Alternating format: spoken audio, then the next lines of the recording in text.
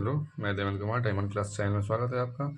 आज मैं क्लास 8 के एनसीईआरटी क्लास एक्सरसाइज 5.2 का क्वेश्चन नंबर 2 जो राइट ए पाइथागोरियन ट्रिपलेट यानी कि पाइथागोरियन ट्रिपलेट निकालना है दोस्तों। उससे पहले मैं पाइथागोरियन ट्रिपलेट निकालने से पहले मैं समझाऊंगा कि कैसे इसका निकाला जाता है।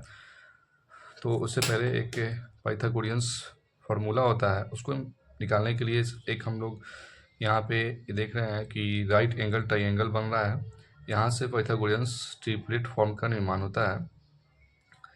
इसमें एक एंगल आपका 90 डिग्री शो करेगा और इसके सामने वाला जो साइड है उसको हम लोग हाइपोटेनियस के नाम से जाने हैं, जिसको एच से इंडिकेट करते हैं। और ये नीचे जो बेस है बी ए यानी इसको हम बी से यानी बेस से इंडिकेट करते हैं। और ये जो 90 डिग्री जो साइड ऊपर जो इंडिकेट करेगा वो इसको परपेंडिकुलर यानी पी से हम लोग इंडिकेट करते हैं। दोस्तों इसमें एक खासियत ये है कि एच जो है हमेशा पी से बड़ा होगा और बी से बड़ा होगा। एच हमेशा पी से बड़ा इंडिकेट करेगा और बी से भी इंडिकेट करेगा। इसका मतलब है कि हमेशा ये इसका जो डिजिट आएगा ये हमेशा बड़ा आएगा। और यहाँ से एक और फार्मूला निकल के आएगा, जैसे कि हाइपोटेनियस का स्क्वायर इक्वल परपेंडिकुलर का स्क्वायर प्लस बेस का स्क्वायर। मतलब ये दोस्तों कि यानी पी स्क्वायर और प्लस बी का स्क्वायर, इस दोनों को अगर हम जोड़ेंगे तो मेरा हाइपोटेनियस का वैल्यू आ जाएगा। जैसे एग्जांपल के लिए हम आपके लिए एक क्वेश्चन एक 3 डिजिट लेते हैं ट्रिपलेट के लिए, 3, 4 और 5। मैंने 3, 4, 5 3 डिजिट लिया। इसमें हम लोग सबसे बड़ा डिजिट ये वाला है, तो यहाँ से हम ये समझेंगे, सब इसको समझेंगे हाइपोटेनियस। बाकी इस दोनों में से किसी को बेस और हम लोग परपेंडिकुलर समझ सकते हैं। यानी कि स्क्वायर करके देखते हैं। 5 का स्क्वायर अगर करके देखेंगे इक्वल पी अगर हम मान लेते हैं 3 का, ऐसे अगर ऐसे हम 25 होगा इसका। और 3 का स्क्वायर अगर निकालेंगे तो 9 होगा। 4 का स्क्वायर निकालेंगे तो 16 होगा। यानी आपस में इस दोनों को जोड़ते हैं तो हमारा निकल के 25 आएगा। यानी कि दोनों वैल्यू को जोड़े तो ये इसके बराबर आया। यानी कि हम लोग मतलब ये है कि ये हाइपोटेनियस जो है हमेशा पी का स्क्वायर और बी के स्क्वायर के इक्वल आता है। यानी कि ये एक आप कह सकते हैं कि ये एक ट्रिपलेट का निर्माण कर दिया। ये तीनों डिजिट मिलकर एक make a triplet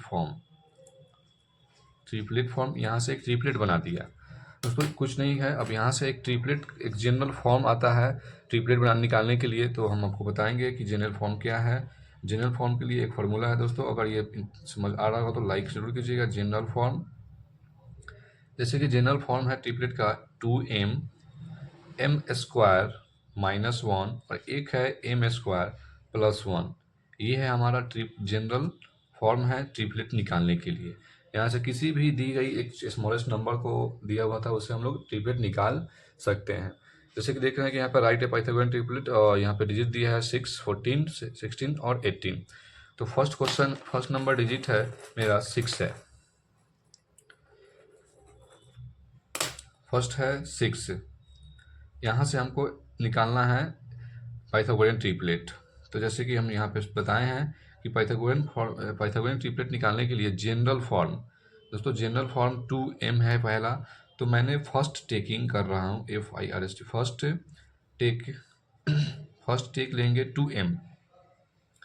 2m equal मैंने डिजिट दिया था 6, यानी m का वैल्यू आएगा 3। अब यहाँ से सेकेंड टर्म जो है, सेकेंड टेक जो है सेकेंड जनरल फॉर्म, उसको भी हम लेंगे। सेकेंड टेक यानी टेक करने का मतलब ये होगा कि सेकेंड टेक जनरल फॉर्म हम लोग ले रहे हैं m स्क्वायर माइनस 1। इसको हम लोग फर्स्ट टेक बोलते हैं, यहाँ भी इंडिकेट कर देते हैं, यहाँ पे सेकेंड बोलते हैं।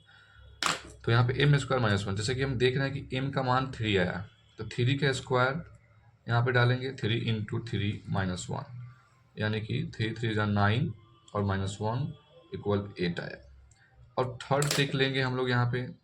थर्ड टेकिंग जो फॉर्म जनरल फॉर्म है, तीसरे बार में ले रहे हैं m स्क्वायर प्लस 1।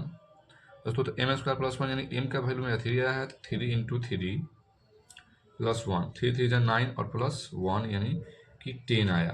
तो अब हम यहाँ से देखेंगे, इसको हम लोग मानते हैं थर्ड टेकिंग।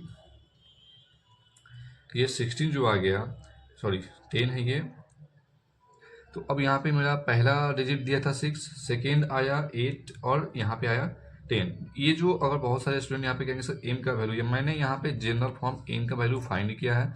ये वैल्यू हमारा ओरिजिनल नहीं है ट्रिपलेट के लिए। ओरिजिनल वैल्यू एक ये आएगा, एक ये आया और एक ये आया। तो हम इसमें देख रहे हैं कि सबसे बड़ा वैल्यू जो है हमारा यहाँ पे 10 है, यानी कि हम दोस्तों इसको मानेंगे हाइपोटेन्यूज के लिए, ताकि और बाकी दोनों को हम लोग ले लेंगे बेस और परपेंडिकुलर के लिए। तो दोस्तों चूंकि बता चुके हैं कि हाइपोटेन्यूज का स्क्वायर इक्वल टू परपेंडिकुलर का स्क्वायर प्लस बेस का स्क्वायर।